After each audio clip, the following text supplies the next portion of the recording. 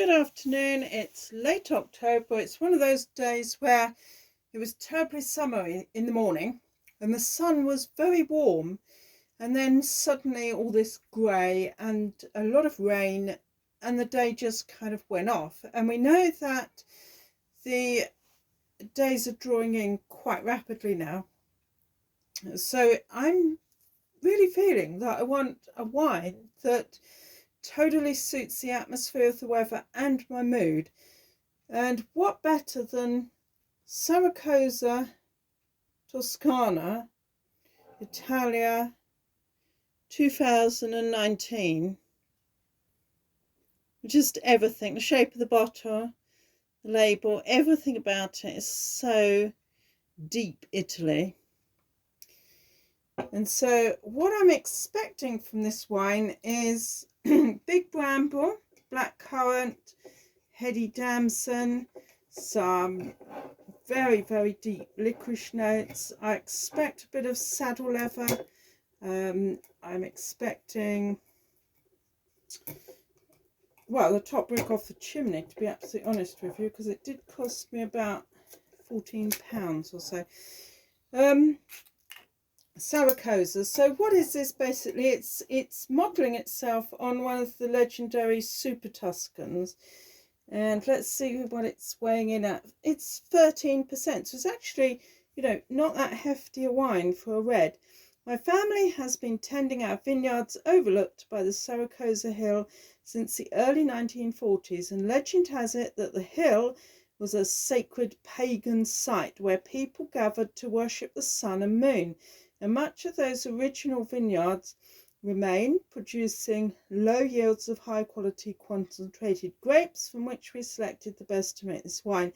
Made in a stunning Tuscan vintage, our wine is impressive blend with dense rounded berry fruit and touches of spice. Elegant wine, fine tannins, long finish, and they suggest pasta, salami, wild boar ragu and lamb grilled with rosemary and garlic. Well, I don't actually have those. And the winemaker is Sofia Barbanera, Rosso di Toscana.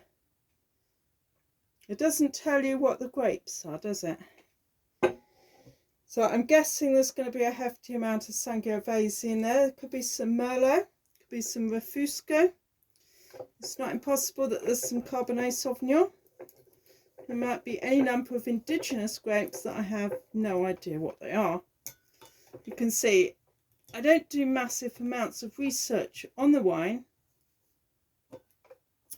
I want it to talk to me through, the glass, literally. So I want to discover it like a work of art. I don't read up on the artists before I go to an art gallery. I just go along and see how the mood takes me. So today I'm going to try this one in a couple of different glasses. I'm getting massively raspberry and red currant looks there, quite opposed to what I would think looking at the bottle. It's such a black bottle. I thought I'd get a really, really dark wine, but I can easily see through the bottom of the glass and my fingers on this one. So I'm getting a very faintly musty sort of loft smell. And also wild water meadows early morning, bit of cobwebs and so on. This to me says this is a great wine because it is going to develop in the glass as it's aerated, probably over the next 3 or 4 hours, and definitely a few days if I can manage to leave some of it alone.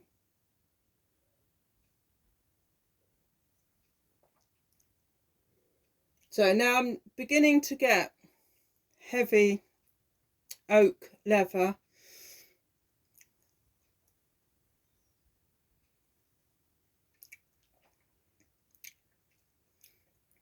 The wine that I was tasting earlier today was very much blackcurrant, damson and bramble.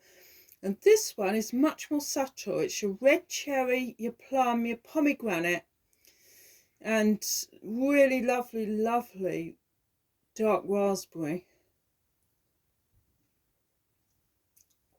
Completely different fruit mix. As yet, it's not really showing enormous amounts of licorice and pepper, but I feel pretty sure they will come. It seems to me that this is a wine that should be decanted for a couple of hours, to be absolutely fair. You know, even within a few moments, it's starting to open out. But just the colour itself, which is a rich plum, tells me that this wine is one not to be underestimated.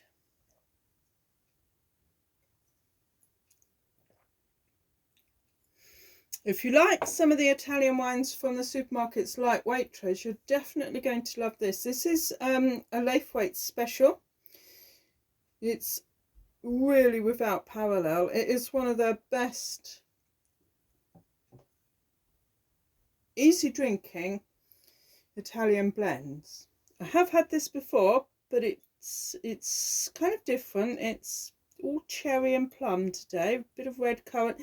It actually looks like red currant jelly when you have that with lamb.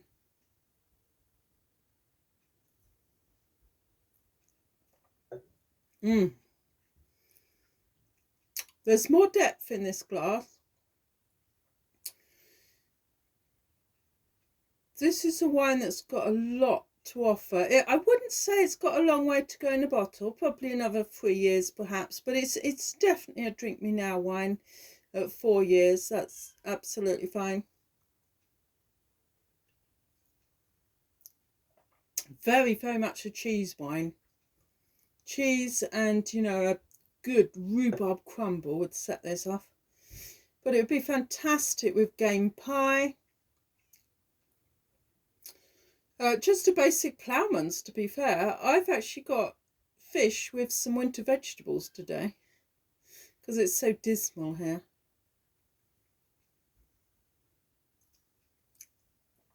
Is this the kind of wine that the Romans would have drunk?